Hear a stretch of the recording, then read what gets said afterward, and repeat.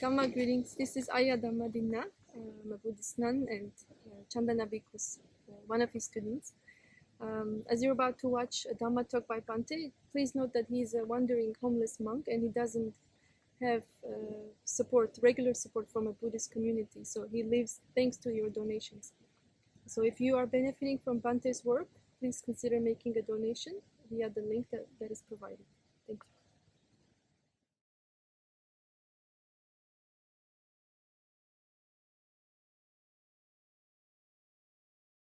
Every moment we're alive, where we realize that we are alive, we have an opportunity to start afresh.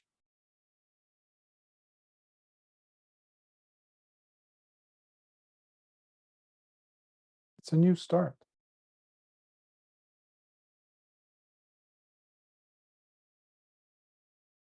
But we don't find that necessarily as something as enticing, as flavorful as holding on to things, to what is the usual, customary for us to be thinking about, dwelling upon, churning in the mind, in the heart, continuously, ceaselessly, even though we know what the outcome will be. More misery, more of the mundane.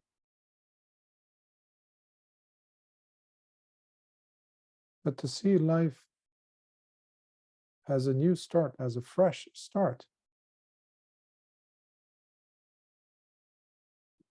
it doesn't have within it anything that is mundane. That's what makes it fresh.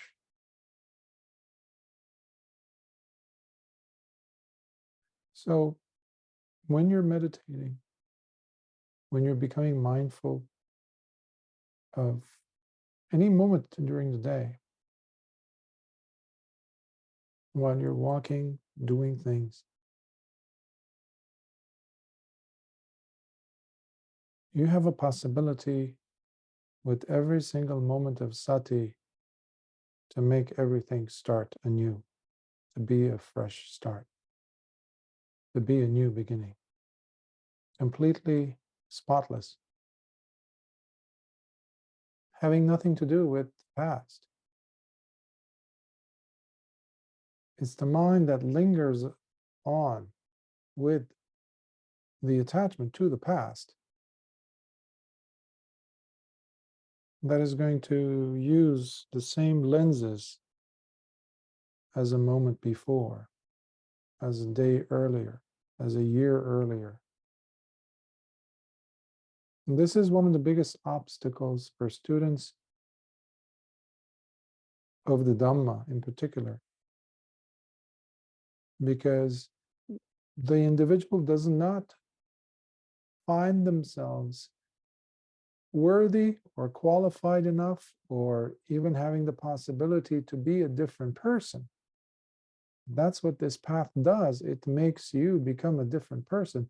Māra, who killed almost 1,000 people, became an arhat. That challenges all norms. That challenges all our understanding as to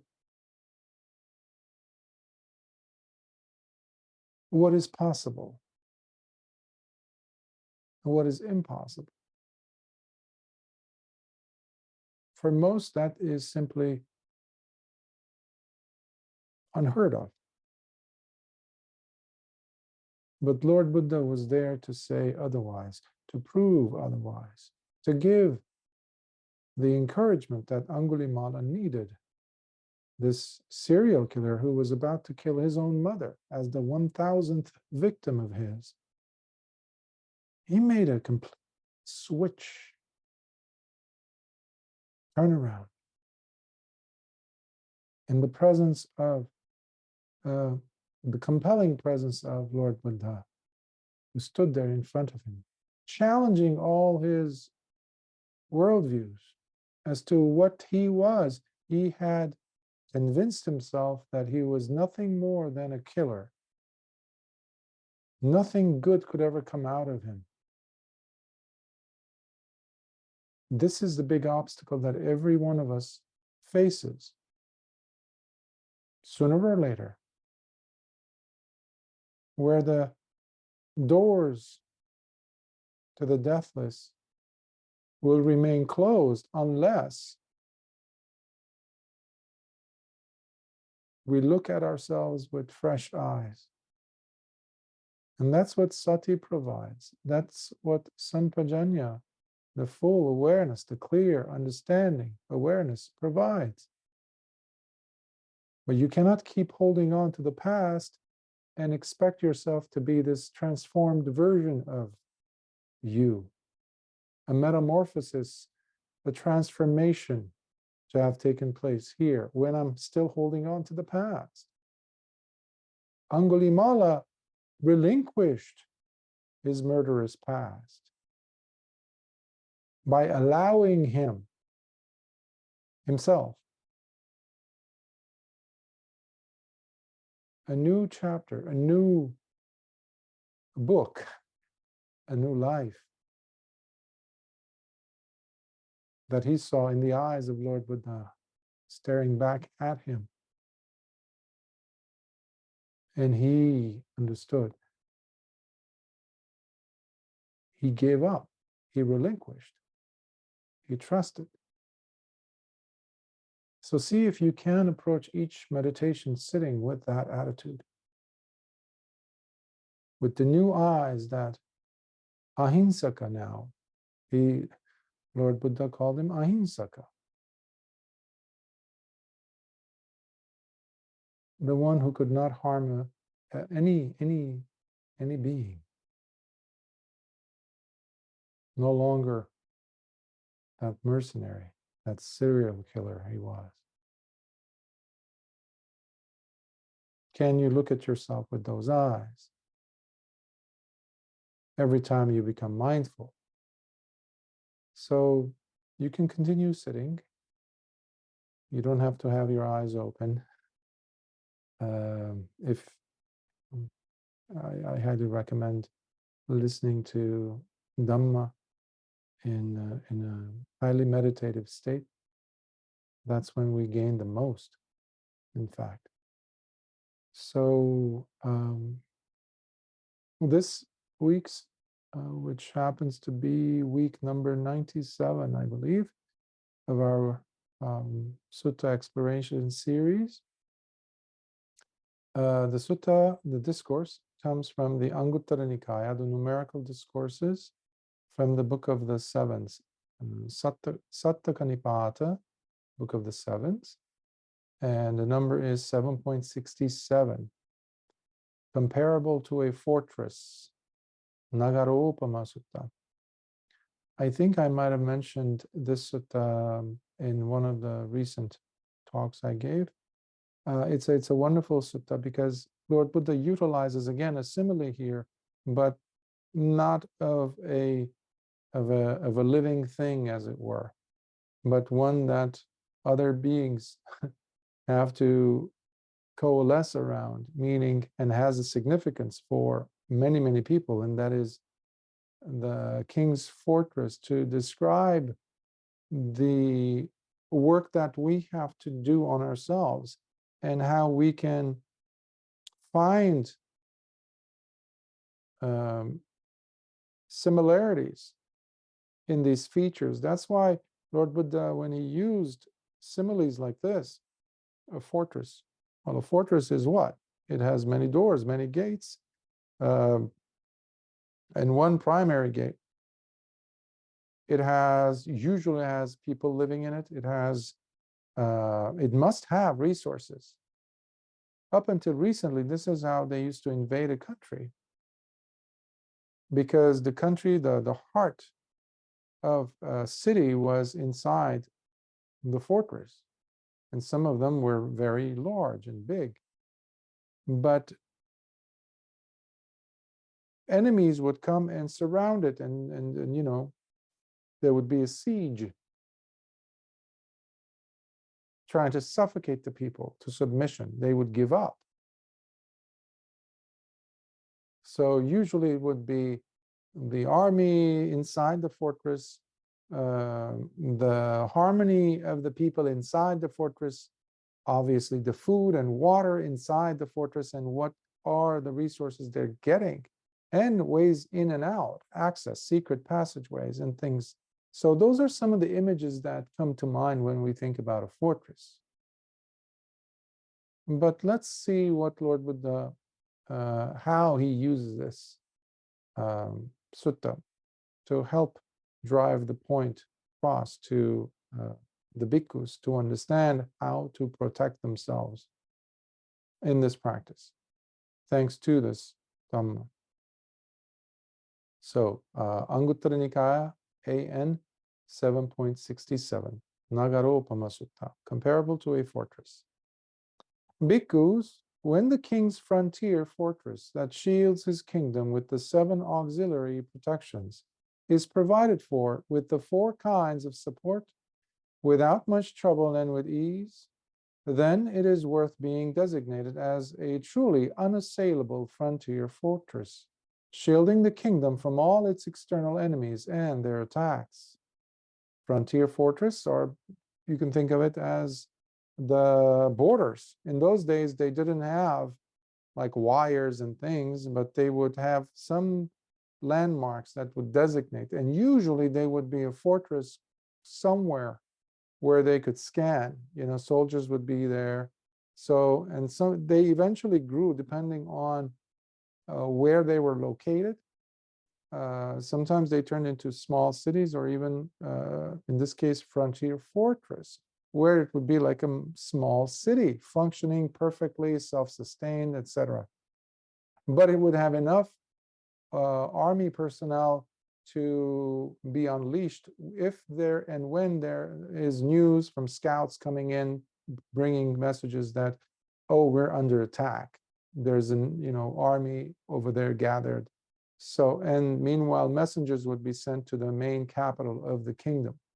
Meanwhile, this fortress itself, with its enemies, with its armies and weaponry, defense strategies, would hold off the enemy's advances. So that's one way of looking at it on a mundane level. So Lord Buddha, before he connects the dots, he first establishes what the mundane aspect, how we understand that thing, that image, that simile to represent. He goes over that to check with us to see if we understand, if we're on the same page, basically, with him.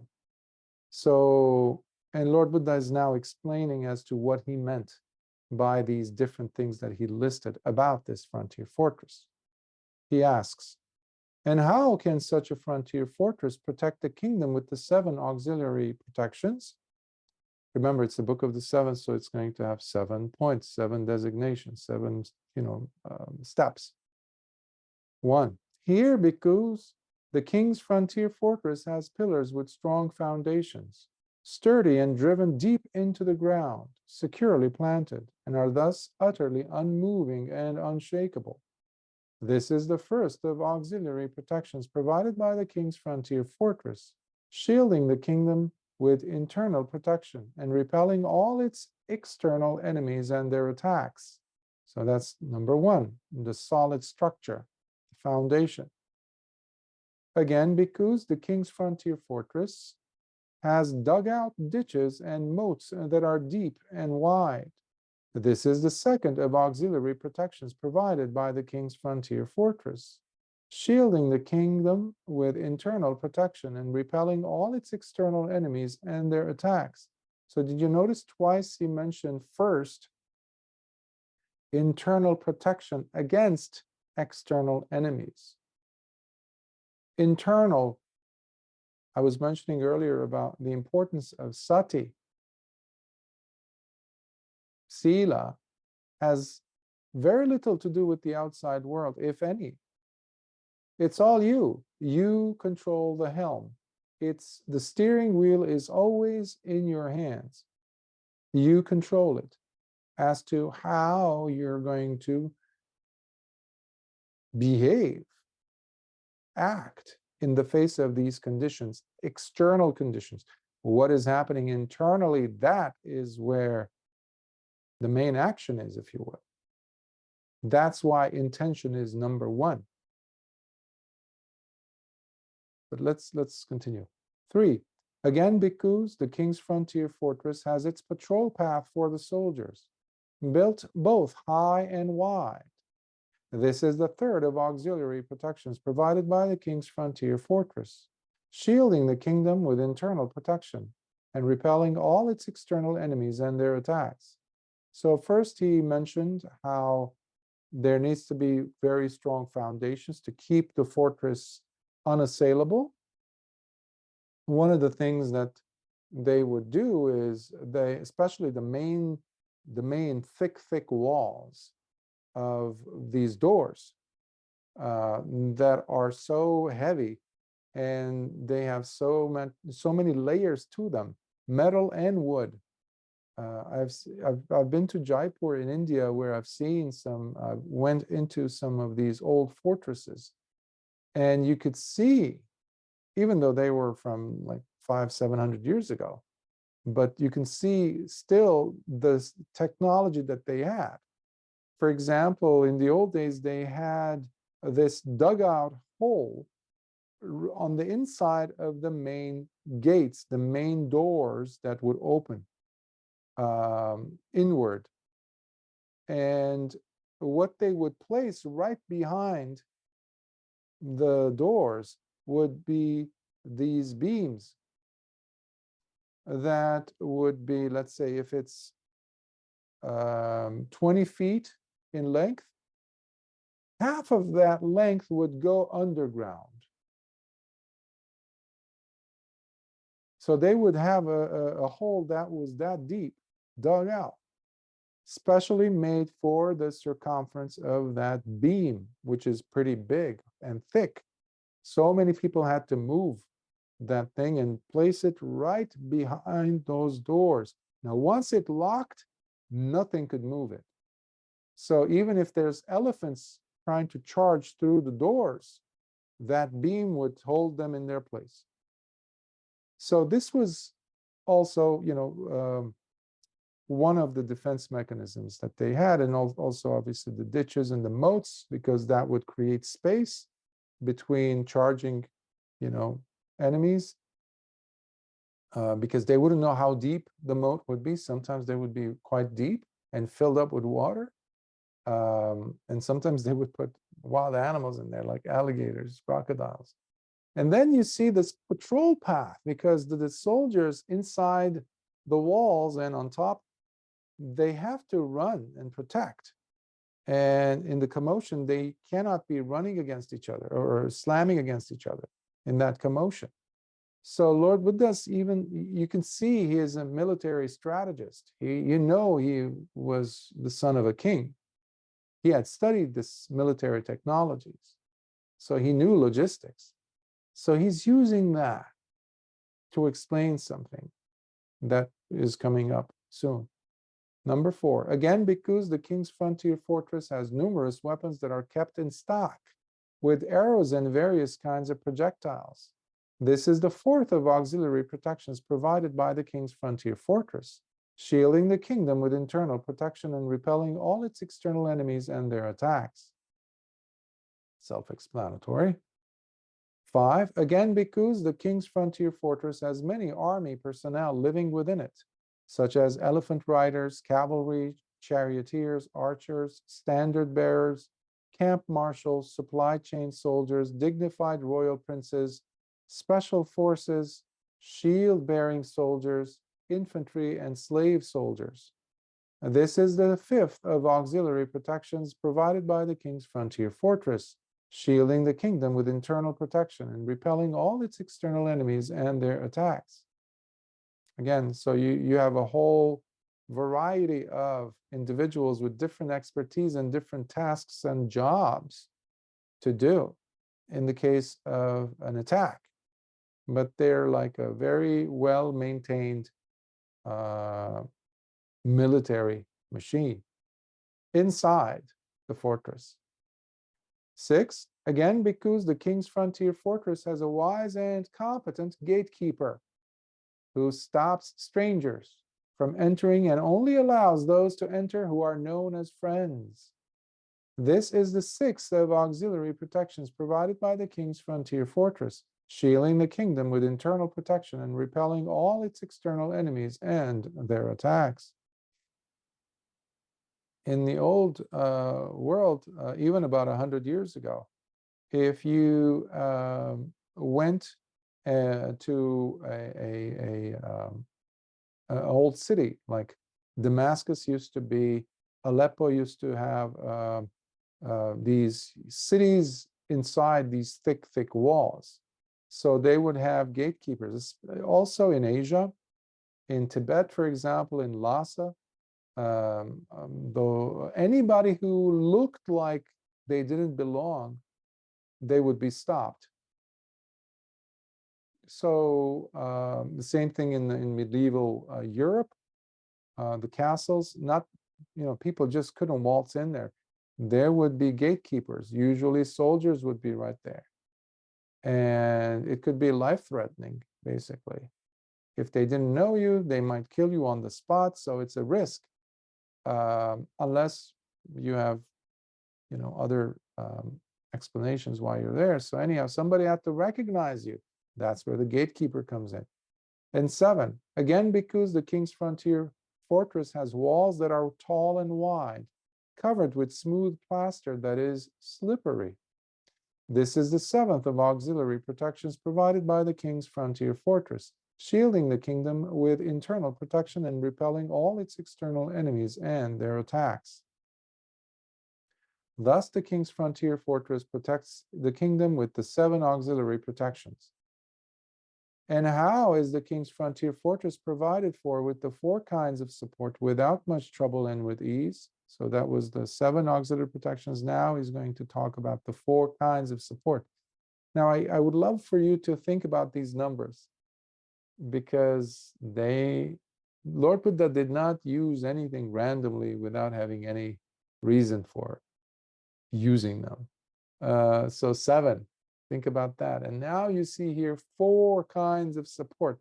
So it's a good thing to practice recollecting the principles and the toolboxes that we have in this path of Dhamma.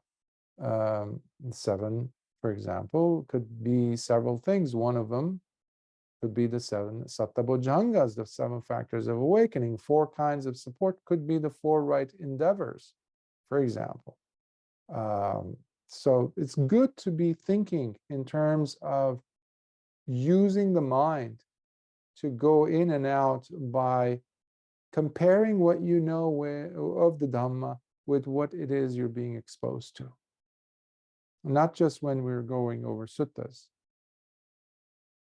So what are the 4 kinds of supports without much trouble and ease? Here, because within the king's frontier fortress there is plenty of fuel, such as mounds of grass and firewood that have been accumulated, along with abundant supplies of water, so that all those living within its walls continue living at ease and in comfort, not likely to be troubled by any threats from possible invaders, as they are capable to easily defend themselves against any external dangers. If there's food and supplies, chances are you're going to stay there unaffected, and the walls are protecting you. You're indefinitely, you're going to be there safe. Again, because within the king's frontier fortress there is plenty of grain, such as rice and barley, that have been accumulated, so that all those living within its walls continue living at ease and in comfort, not likely to be troubled by any threats from possible invaders, as they are capable to easily defend themselves against any external dangers. Further, because within the king's frontier fortress there are storehouses full of sesame, mung beans, and other types of beans that have been accumulated, so that all those living within its walls continue living at ease and in comfort, not likely to be troubled by any threats from possible invaders, as they are capable to easily defend themselves against any external dangers. Again, bhikkhus, within the king's frontier fortress, there are plenty of medical supplies, such as purified ghee, butter, oils, honey, molasses, and salts that have been accumulated, so that all those living within its walls continue living at ease and in comfort, not likely to be troubled by any threats from possible invaders, as they are capable to easily defend themselves against any external dangers. Purified ghee is quite remarkable in its healing properties. Oils the same. There's different types of oil, mustard seed oil, depending on the type of illness that a person gets.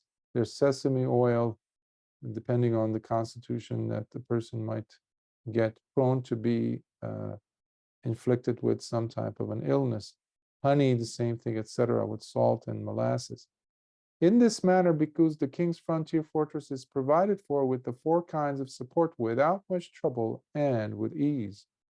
Therefore, bhikkhus, when the king's frontier fortress that shields his kingdom with the 7 auxiliary protections is provided for with the 4 kinds of support without much trouble and with ease, then it is worth being designated as a truly unassailable frontier fortress, shielding the kingdom from all its external enemies and their attacks. Now, bhikkhus, in the same way, so this is where he's now going to build the bridge to create the relevancy as to why he used the simile to the bhikkhus. In the same way, when the noble disciple is endowed with the 7 good qualities, he can, and whenever he desires, to enter into the 4 jhanas in their superior aspects, wherein he dwells now in this very life, quickly and with no difficulty whatsoever. In being able to do this, the noble disciple is said to be beyond the power and reach of Māra, no longer susceptible to Māra's evil tricks. Before you sat today, I mentioned how important it is to have kalyana mittas, superior, genuinely spiritual, good friends in your life, is because they guide you back away from the old proclivities and the trappings that Māra throws in all around you in your life, where you use your habitual patterns of thinking to basically trip yourself over. One of the ways is to have, like Lord Buddha says, to enter into a jhana, into a deep meditation. Māra doesn't know how to meditate. Okay? So you do. So bear that in mind. And what are those 7 good qualities that the noble disciple is endowed with? 1, bhikkhus, much like the king's frontier fortress that has pillars with strong foundations, sturdy and driven deep into the ground, securely planted and thus utterly unmoving and unshakable, whereby it shields the kingdom with internal protection, repelling all its external enemies and their attacks.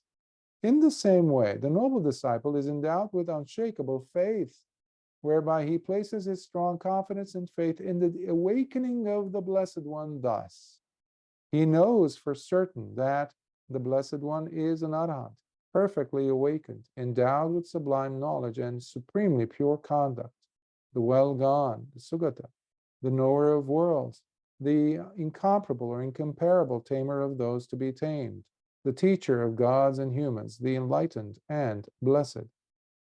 Therefore, by the way, that is the list of qualities that we chant. It's good to know it in Pali. And it's good to, when you're afraid, when you're in confusion, when you're perplexed about something, and you're losing your focus, you lost your GPS, your internal GPS, you can quickly reestablish that level of confidence by dropping into what it is that you are attracted to Lord Buddha for.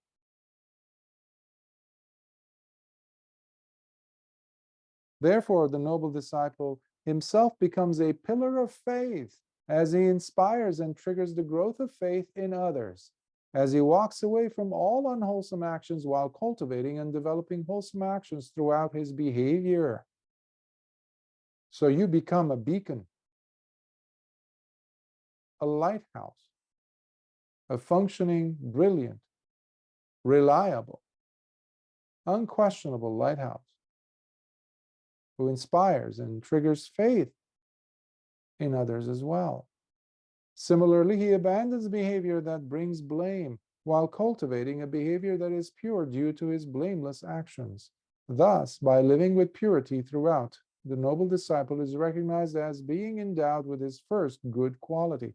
Earlier, I was mentioning Angulimala.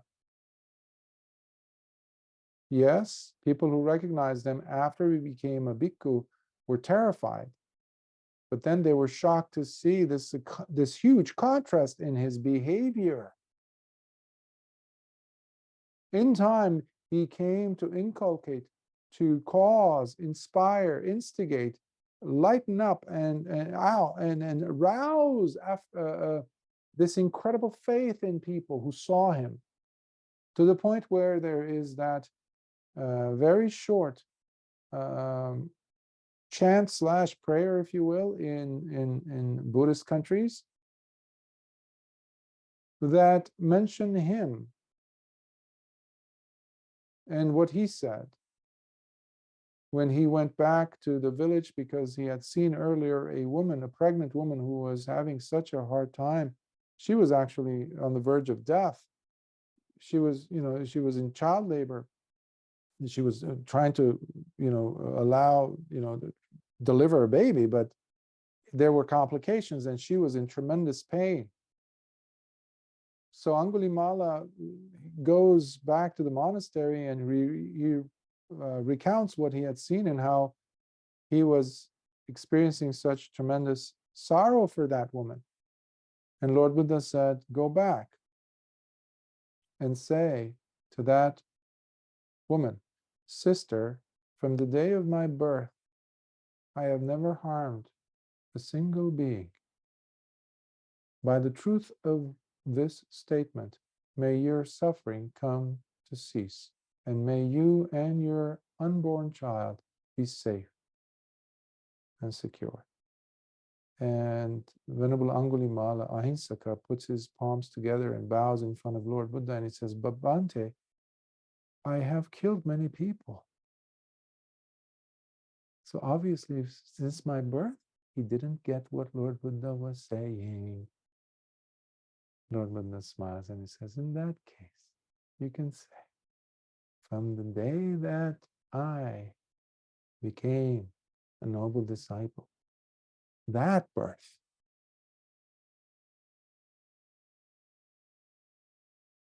I've never harmed a being. And by the truth of this statement, sister, may all your pain and suffering come to cease, and you and your child be safe, and your child be delivered healthy. And he quickly rushes back to the village and he tells the people to place a sheet between a fabric, something to block, like a veil, him and the women who were there, the people who were involved in the labor. And he says these words and he leaves. Very quickly after that, the woman suddenly, her pains disappear, her suffering disappears, and she delivers a very healthy child. So, but what drives a person to have such faith? Because the person has become the embodiment of it, especially if they have a glimpse or have seen that person previously, prior to the faith being anchored, driven deep into their very essence, into their heart, to the point where they really have to relinquish their thoughts and beliefs about this person. Hence, you cause them to also relinquish their past. Because the faith cannot be established in a person who's holding on to the past, how things are supposed to be. It's impossible for confidence and faith to develop when you're still holding on to the other, when you're holding on to the past. Your past, your understanding of whatever it is that is under question. This is why a lot of people have a difficulty to come to the Dhamma,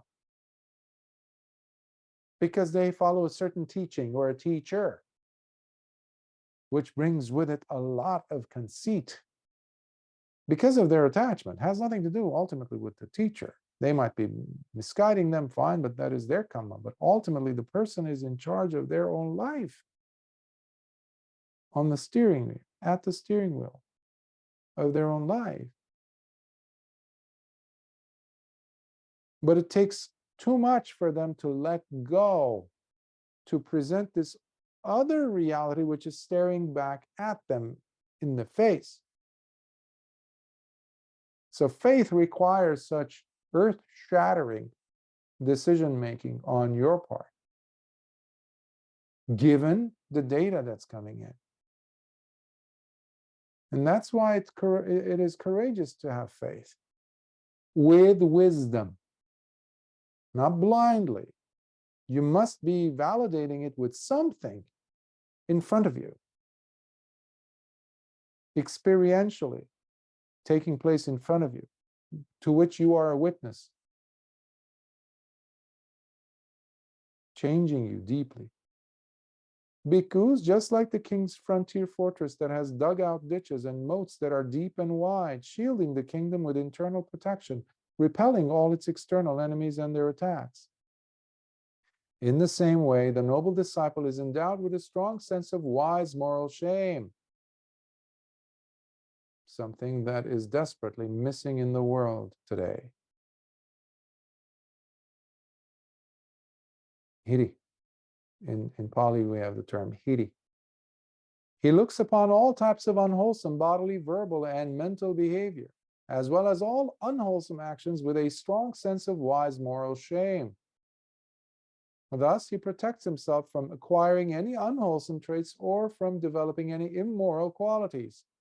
Bhikkhus, the noble disciple, puts to use his wise moral shame, much like a strong fortress's dug out ditches and moats that are deep and wide, as he carefully examines his behavior and walks away from all unwholesome actions while cultivating and developing wholesome actions throughout his behavior. Similarly, he abandons behavior that brings blame while cultivating a behavior that is pure due to his blameless actions. Thus, by living with purity throughout, the noble disciple is recognized as being endowed with his second good quality, which is hiri. Hiri is never without ottappa, wise moral shame and wise moral fear, consideration, dread. So when you remove wise moral shame, you remove the moat from the castle walls. That means anybody could actually step inside.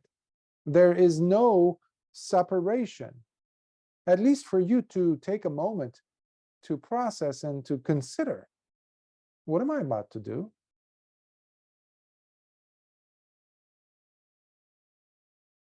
This is, anybody else in my shoes, would they be doing this? Or how would I relate to someone who's about to do this thing that I'm thinking of doing? So what you're doing is you're separating yourself, you're giving yourself some breathing room, as it were, instead of impulsively reacting to the situation. Because sometimes we have very deep sankharas. And or habitual ways of having done things. So there is the momentum from many, many lifetimes pushing us in a certain direction. Now you can camouflage it, sugarcoat it, this and that, but essentially it is the same. So what do? So unless you have wise moral shame, you're just going to dive headfirst into doing it again as you used to. And now there's no virtue, there's no morality. And that's what we see in the world. And one of the things that Lord Buddha was asked, I think it was from the Book of the Fives in the Anguttara Nikaya, Lord Buddha said, as to what will happen. How will the end of civilization take place? Which means also when the Dhamma disappears. Lord Buddha says, when people stop paying attention to hiri and ottappa, wise moral shame and wise moral fear, when these two things are tossed out, you can toss out civilization along with it, because that's what happens. 3, just like the king's frontier fortress that has its patrol path for its soldiers, built both high and wide, shielding the kingdom with internal protection and repelling all its external enemies and their attacks, in the same manner, the noble disciple is endowed with a strong sense of wise moral fear. This is ottappa. He looks upon all types of unwholesome bodily, verbal, and mental behavior, as well as all unwholesome actions, with a strong sense of wise moral fear. Thus, he protects himself from acquiring any unwholesome traits or from developing any immoral qualities. Bhikkhus, the noble disciple, puts to use his wise moral fear, much like the king's frontier fortress's patrol path for its soldiers, as he carefully examines his behavior and walks away from all unwholesome actions while cultivating and developing wholesome actions throughout his behavior. Similarly, he abandons behavior that brings blame while cultivating a behavior that is pure due to his blameless actions. Thus, by living with purity throughout, the noble disciple is recognized as being endowed with his third good quality. Imagine you, in those moments, you can think of ottappa as, I've mentioned this before,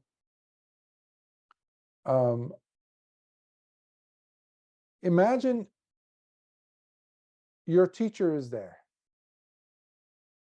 with you in private when you are about to do something, say something, or even think about something. That it's interesting to know, what would your teacher say? Forget about your teacher. What would Lord Buddha say? If Lord Buddha was sitting right there in the room with you, or standing where you are, and you are presented with these circumstances, and Māra is coming in, trying to convince you, yeah, do it, yeah. I mean, if you're not going to do it, other people will do it, so you better do it. This is so fair for you to be doing this, by the way. It's your opportunity to do it. All this nonsense, playing and dominating, saturating your heart and mind. A person who has ottappa would say, okay, hold on a second. I'm going to project Lord Buddha's image in this room, in this place. What would that do to you? Would that blow the whole thing apart? All the webs and all the traps that Māra was setting for you, are they gone?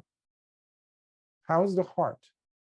Because when there is an action that you're about to commit, whether mentally, verbally, or physically, if it is breaking of sila, having to do with that, one thing for sure is going to be taking place, even before the action takes place, whether the action is thought-based, word-based, or bodily-based. And that thing is, your heart will be agitated. Your clarity will be muddled. So that's the quickest way to know what is sila from what is not, what is virtuous from what is not. 4. Bhikkhu is much like the king's frontier fortress that has numerous weapons that are kept in stock, with arrows and various kinds of projectiles, shielding the kingdom with internal protection and repelling all its external enemies and their attacks. In the same manner, the noble disciple has learned and studied much for his personal development, to gain a better understanding of the Dhamma, constantly recalling what he has memorized by heart, applying the teachings he has learned throughout his life, the Dhamma that is beautiful in its beginning, beautiful at its middle, and beautiful in its end, full of meaning and balanced in its expression and phrasing, while declaring and revealing to him the completeness and purity of the holy life. There's a reason why we are here. There's a reason why the Dhamma has reached us. There's a reason why we listen to these discourses, why I conduct these sessions. We must be doing our work. One of the qualities that Lord Buddha really praises is becoming learned in the Dhamma, to study the Dhamma, to later on reflect upon it. Sometimes you might read books and books, entire libraries of the Dhamma, but you can possibly only remember one line. That's still powerful, very powerful. So one of the things that I recommend is later on, if you could sit down, whether you're writing or studying, reading, or listening to a sutta, you write down the things that are like, highlight those areas where you can, or a phrase that you like, perhaps a phrase you might have heard in Pali, or you want to know the Pali, you go ahead and look for that. Earlier I mentioned about the qualities of Lord Buddha. Maybe you could remember one of those. So that becomes your anchor of protection, of stability in the face of chaos. Thus, the noble disciple, having studied and learned while memorizing the teachings, continuously places his attention on them, examining them, whereby he experientially tastes their truth by penetrating them with right view. Therefore, the noble disciple protects himself with the Dhamma he has learned as his mighty arsenal, walking away from all unwholesome actions while cultivating and developing wholesome actions throughout his behavior. Similarly, he abandons behavior that brings blame while cultivating a behavior that is pure due to his blameless actions. Thus, by living with purity throughout, the noble disciple is recognized as being endowed with his fourth good quality. So every time you meditate, every time you study the Dhamma, that is your dojo. That is where you are practicing, training your internal martial skills to be able to battle against old tendencies, pressures, internal and external. And that's what you're doing. You're sharpening your weapons, Lord Buddha says. Every time you're studying the Dhamma, you're memorizing something, you're practicing the sila, okay, but you just go back to it. That is sharpening your arsenal, making sure everything works. Otherwise, it's like those soldiers who go into the desert. I think years ago I heard that when they were having one of those operations in the desert in the Middle East, some of the Western soldiers who were there, they tried to open fire or something, start to shoot, but their weapons jammed. They couldn't fire because of the fine grains of sand that had gone inside the weapon machinery. Don't be like that.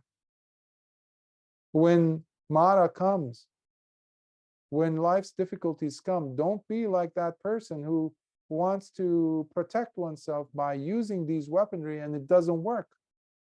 They won't work unless you've brought them into your life, made them have some relevancy, some meaning for you. Otherwise, it's just words and words and words that mean nothing.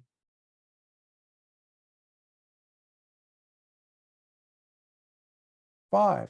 Bhikkhus, just like the king's frontier fortress that has many army personnel living within it, such as elephant riders, cavalry, charioteers, archers, standard bearers, camp marshals, supply chain soldiers, dignified royal princes, special forces, shield-bearing soldiers, infantry, and slave soldiers, shielding the kingdom with internal protection and repelling all its external enemies and their attacks.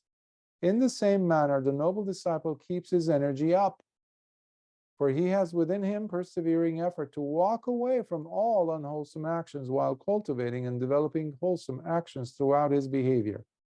Being firm in resolve, he remains strong with heedfulness, appamada, never slacking or pulling back from his fervent dedication to develop wholesome qualities within himself. There's strong adhitthana, that drive, that dedication. Thus, using his persevering effort as his troops, the noble disciple abandons all types of unwholesome actions while cultivating and developing wholesome actions, walking away from behavior that brings blame, while cultivating a behavior that is pure due to his blameless actions. Thus, by living with purity throughout, the noble disciple is recognized as being endowed with his 5th good quality. 6. Bhikkhus, much like the king's frontier fortress that has a wise and competent gatekeeper who stops strangers from entering and only allows those to enter who are known as friends, shielding the kingdom with internal protection and repelling all its external enemies and their attacks.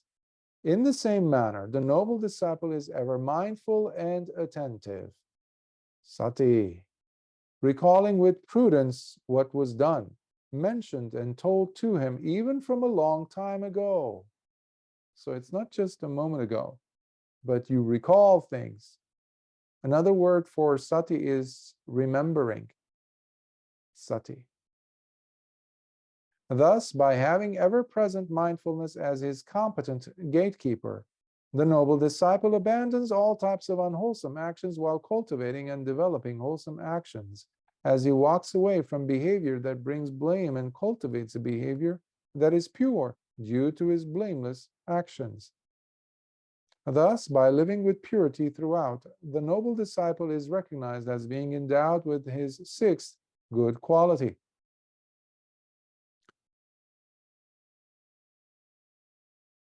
7th, bhikkhus, just like the king's frontier fortress, which has walls that are tall and wide, covered with smooth plaster that is slippery, shielding the kingdom with internal protection and repelling all its external enemies and their attacks. In the same manner, the noble disciple possesses the wisdom that sees both the rising and fading away of the 5 grabbing aggregates. Pancha Upadana Khanda. Right? Rupa or Nama Rupa, Vedana, Sanya, Sankhara, and Vijnana. Form, feeling, perceptions or memories, habitual drives, what I was mentioning earlier, and consciousnesses, the 6 senses, which function on the dyad, meaning it has to be the result of 2 things. One is the object of the other, meaning the object for the eyes is the visible object, the form, the color, this and that, and the thing that receives that signal, which is the eye. Based on these 2, there is consciousness or sense awareness. So you're able to see, the noble disciple is able to see the rise, the appearance, and the fading away of each of these. You have a feeling that is painful feeling. Well, it wasn't always painful, or it wasn't even a feeling. It just popped into the scene. Well, the noble disciple is able to rewind the tape and go back and see what was the initial point. Even if it has happened already and done with, you're still practicing sati. Remember, I was saying sati is also about remembering. So you're going back and see, And as you do this again and again and again, you speed yourself, your mindfulness. It gets to be so rapid, so quick, so laser-like that you're catching it in mid-sentence. The feeling right when it's about to be stuck, to grab you. If it's a painful or pleasurable feeling, you are seeing it as, oh yeah, I could see you. Painful feeling, I see you. And suddenly what happens is, depending on the intensity, eventually it will die out. And you're still with it, you're still with it, you're still with it. And then you see it vanish. That's what a noble disciple is doing. He's doing the same thing with the memory that showed up out of nowhere, the perception that showed up out of nowhere, that is sanya. Same thing with the sankhara. Suddenly you have this drive towards this thing, this incredible, forceful momentum in this regard, towards this thing. And you pull back and you don't identify with it. It's like, what's going on? Why do I have this incredible urge to be thinking this, wanting to say this, or to be wanting to do this? Where is this? What is this? Good or bad? It doesn't make a difference. And as you're watching it, you see, okay, you rewind the tape and you see the moment where that sankhara showed up. And as you stay with it, you see it vanish. These are examples of how you can watch the rise and fading away of the 5 grabbing aggregates, because then they would only end up becoming simply 5 aggregates instead of 5 grabbing aggregates. That's when you're not a hunt. You're just seeing the 5 aggregates as they happen. No big deal. Nothing to write home about. Therefore, bhikkhus, the noble disciple, by possessing the shielding anointment of wisdom in his heart, abandons all types of unwholesome actions while cultivating and developing wholesome actions, as he walks away from behavior that brings blame and cultivates a behavior that is pure due to his blameless actions. Thus, by living with purity throughout, the noble disciple is recognized as being endowed with his 7th good quality. Bhikkhus, these are the 7 good qualities the noble disciple is endowed with. And what bhikkhus are the 4 jhanas in their superior aspects, wherein the noble disciple dwells now in this very life, quickly and with no difficulty whatsoever attains to it? 1. Bhikkhus, just like within the king's frontier fortress, there is plenty of fuel, such as mounds of grass and firewood that have been accumulated, along with abundant supplies of water, so that all those living within its walls continue living at ease and in comfort, not likely to be troubled by any threats from possible invaders, as they are capable to easily defend themselves against any external dangers. In the same manner, bhikkhus, the noble disciple, by secluding himself from sensual pleasures and pulling himself inwards from all manners of evil and unwholesome states, enters upon and abides in the 1st jhana, which is accompanied by thinking and pondering, vitakka vichara, along with joy and pleasure that arise from such a seclusion. He does this so that he experiences the state of non-agitation, dwelling happily within himself, experiencing peace and comfort in preparation for entering into Nibbana.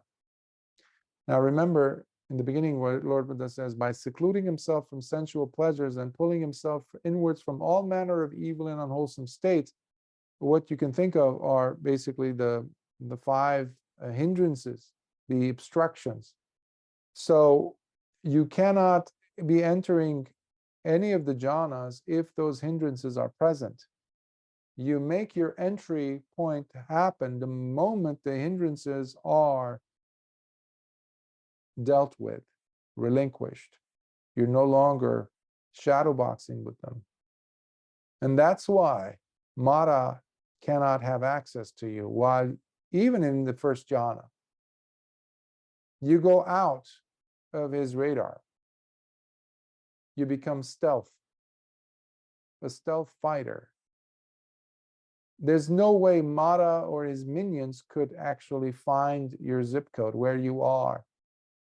until you come out. They see your body,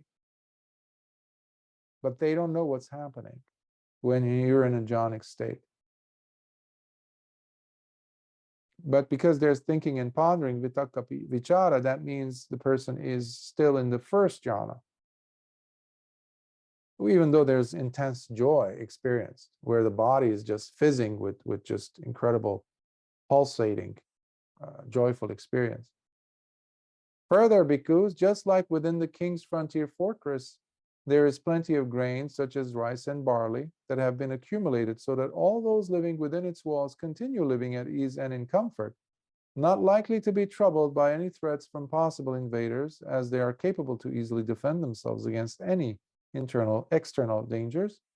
In the same manner, the noble disciple continues advancing in his jhanic ladder, whereby through the disappearance of both thinking and pondering, he enters upon and abides in the second jhana, which has self-confidence and unification of mind with no more thinking and pondering, but while experiencing joy and pleasure that are the result of his deepening of collectedness of mind, samadhi. So this is not the result of simply secluding yourself, but in addition to samadhi taking place. Why? Because now you have self-confidence. Earlier, the first jhana was very mystical, something that you never even thought you could be able to experience. But then because you did experience it, the mind says, okay, I got this. I know, I trust the process. That's self-confidence. And also there's ekaggata, another factor of a jhana. The mind knows how to come to that vortex of attention, pulled in like a black hole into that state, and trust enough to relinquish vitakka and vichara. They're no longer considered to be your lifesavers. Thinking and pondering, planning. You see that you're fine without these two. You actually will survive without thinking and pondering. Imagine that. He does this so that he experiences the state of non-agitation, dwelling happily within himself, experiencing peace and comfort in preparation for entering Nibbana. Further, bhikkhus, just like within the king's frontier fortress, there are storehouses full of sesame, monk beans, and other types of beans that have been accumulated, so that all those living within its walls continue living at ease and in comfort, not likely to be troubled by any threats from any possible invaders, as they are capable to easily defend themselves against any external dangers.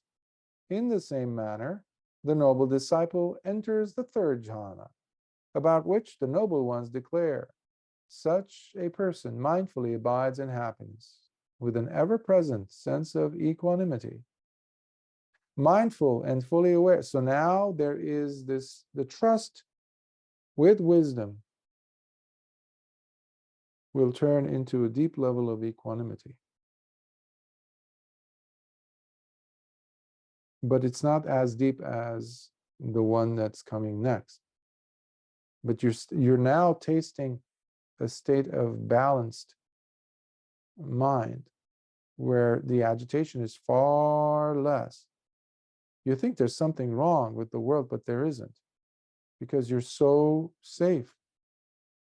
And there isn't that incredible jittery, uppity sense of joy for you to call yourself happy. But nevertheless, there is this soothing undercurrent of happiness without that incredible joy, level of joy. Mindful and fully aware, the noble disciple continues feeling pleasure and happiness within the body. So there is still the body being felt. And with the disappearance of joy, he remains experiencing equanimity. He does this so that he experiences the state of non-agitation, dwelling happily within himself, experiencing peace and comfort in preparation for entering Nibbana. Again, bhikkhus, just like within the king's frontier fortress, there are plenty of medical supplies, such as purified ghee, butter, oils, honey, molasses, and salts that have been accumulated, so that all those living within its walls continue living at ease and in comfort, not likely to be troubled by any threats from possible invaders, as they are capable to easily defend themselves against any external dangers. In the same manner, the noble disciple, by giving up both pleasure and pain altogether, and already having gone beyond both delight and distress, where he no longer experiences pleasure nor discomfort, and while remaining in the ever-present state of purifying mindfulness with the overwhelming presence of equanimity, he attains to the fourth jhana. He does this also so that he experiences the state of non-agitation, dwelling happily within himself, experiencing peace and comfort in preparation for entering Nibbana. So this is where you, as you know, touch the bottom of equanimity, and it's extremely comfortable place for the mind, the heart to settle into. That's why Lord Buddha would talk about the jhanas so much throughout the Nikayas, how they are necessary, because this is one of the tools for you to break your attachment to the previous version of you that you hold so dearly. And this is where you're experiencing of the Dhamma yourself directly. No one will come and tell you and have such an impact on you as you will once you are experiencing these states yourself directly by your own efforts. These bhikkhus are the four jhanas in their superior aspects, wherein the noble disciple dwells now in this very life quickly and with no difficulty whatsoever. Therefore, bhikkhus, when it's in its superior aspect, without getting into too much detail, remember the mindfulness part? How jhanas used to be practiced before Lord Buddha. They would be absorbing you in it, meaning you become so fixated that there cannot be any wisdom to be extracted from that experience. It's a trance, basically. It's like you become, you know, nothing, it's not life-changing. You're just having a nice break from reality. You could think of it like that. But when we're talking about jhanas in their higher aspects, then we're talking about mindfulness first. And that's how when you go through the Majjhima Nikaya Anupada Sutta 111, you see how Venerable Sariputta was able to go through these jhanas with mindfulness and awareness. He knew what was happening. So that is exercising or practicing the jhanas in their higher aspect, in a nutshell. Therefore, bhikkhus, when the noble disciple is endowed with these 7 good qualities, he can, and whenever he desires to, enter the 4 jhanas in their superior aspects, wherein he dwells now in this very life, quickly and with no difficulty whatsoever. In being able to do this, the noble disciple is said to be beyond the power and reach of Māra, no longer susceptible to Māra's evil tricks. Sadhu, sadhu, sadhu.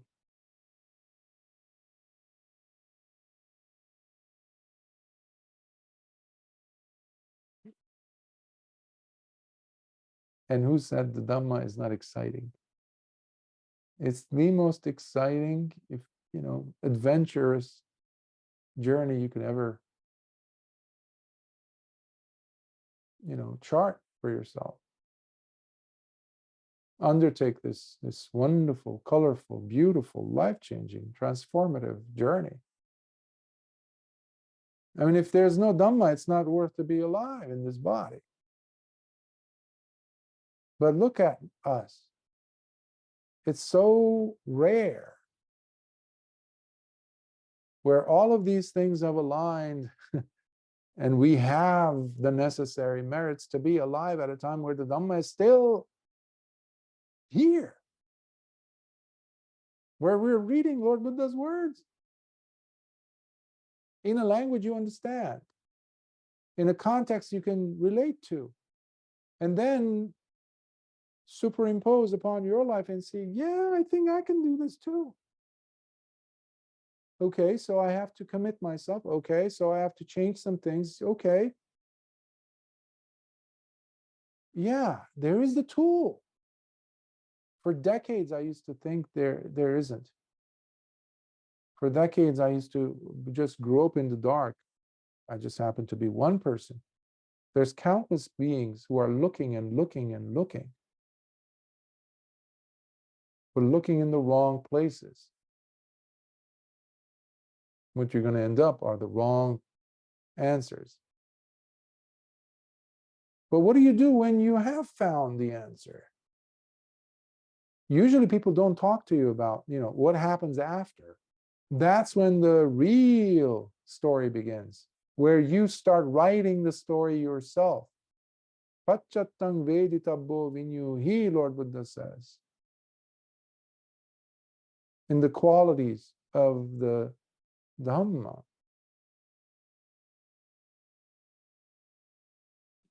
It is to be realized by wise individuals, by themselves, for themselves.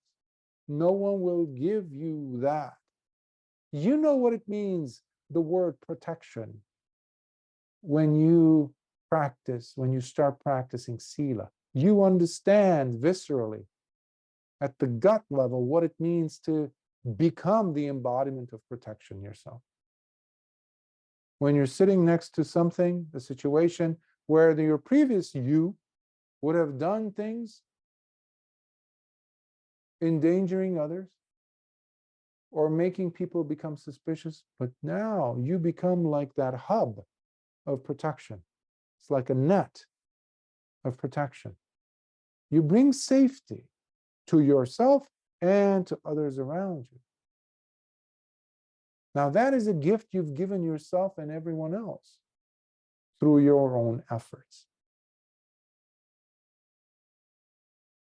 And the examples are many, many, many more. I'll stop here and see if there are any questions.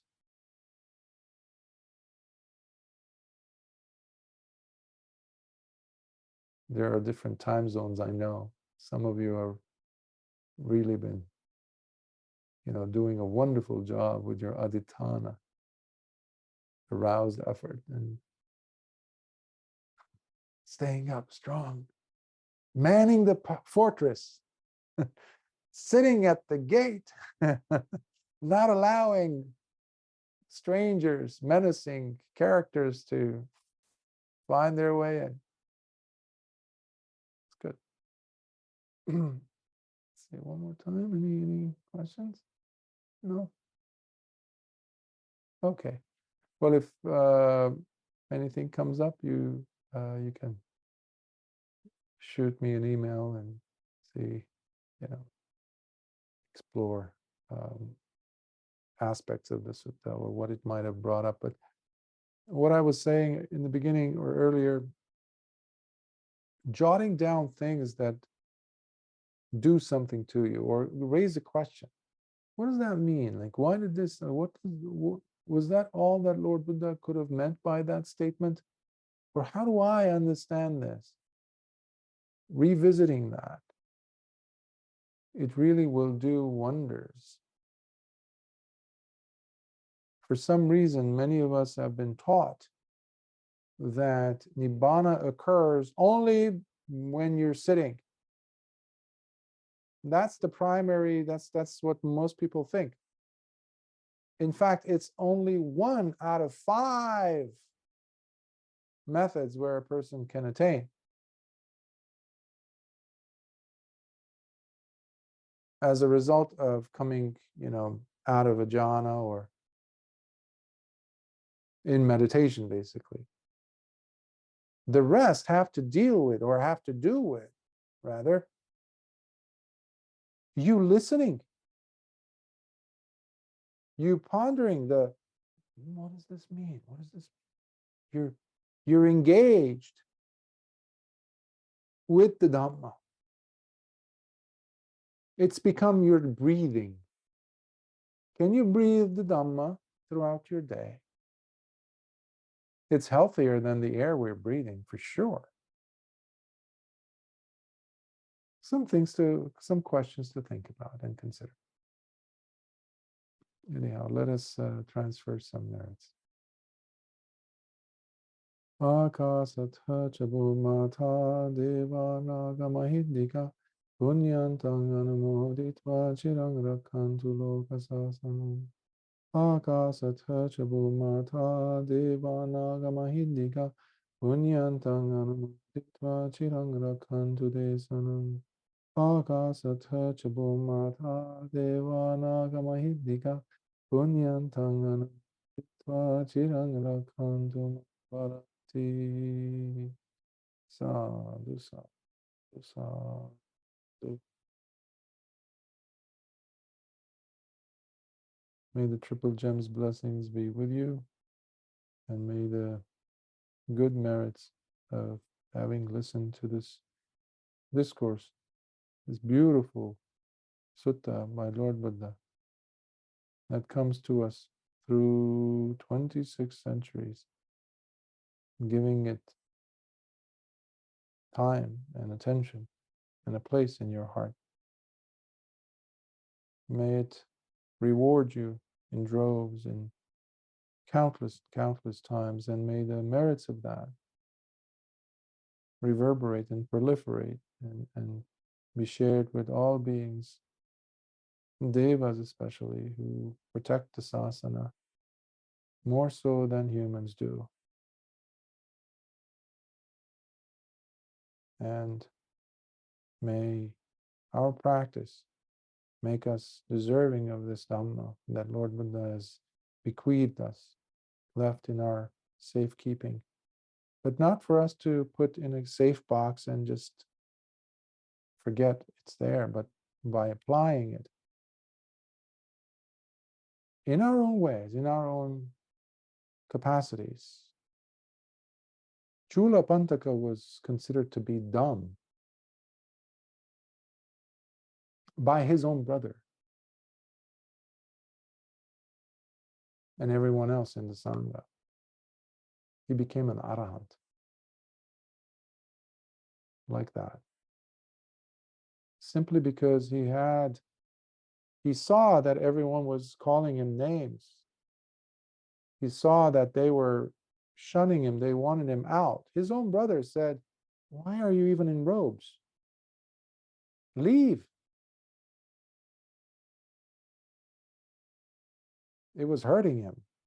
Where they get invited to a lunch dana and they intentionally excluded him because he's too much of an embarrassment to everyone. Lord Buddha saw what was happening, and he came. He gave him a very simple instruction, but he was in so much pain because he saw that he was such an embarrassment, and he didn't want to be that way. But his longing, his willingness, his love for Lord Buddha, for the Dhamma, despite the fact that he couldn't remember a single verse, a single line in a verse. But that itself gave him such an impetus, a drive, that he kept on working, and he saw, oh, the mind is so powerful. The kileshas are so present.